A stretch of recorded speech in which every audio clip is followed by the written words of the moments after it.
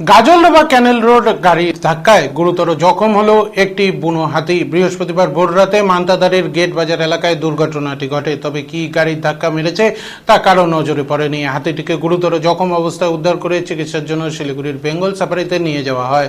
স্থানীয় সূত্রে জানা গিয়েছে, এদিন খুব সকালে স্থানীয়দের নজরে পড়ে একটি বাচ্চা হাতি গুরুতর জখম অবস্থায় পাকা রাস্তার উপরে পড়ে রয়েছে।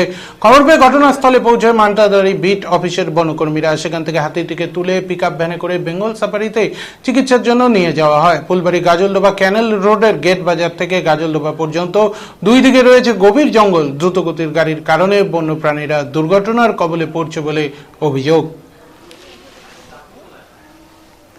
পার হয়ে যেতে আমাকে ওর গাড়ি দিয়ে দৌড়িয়ে আমার মাউন হওয়া তো তারপরে ফোন করে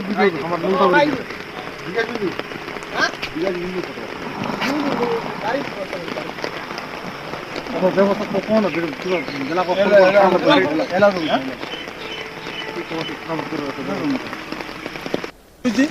এটা আসিয়া দেখা দুইটা ঘোষ ঘোষ পার হয়ে যেতে বাচ্চা আমাকে ওর গাড়ি দিয়ে দৌড়িয়ে আমার মাউন হওয়া তো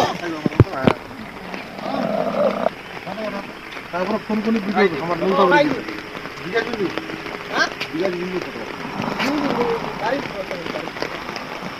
আমার ব্যবস্থা কোন জেলা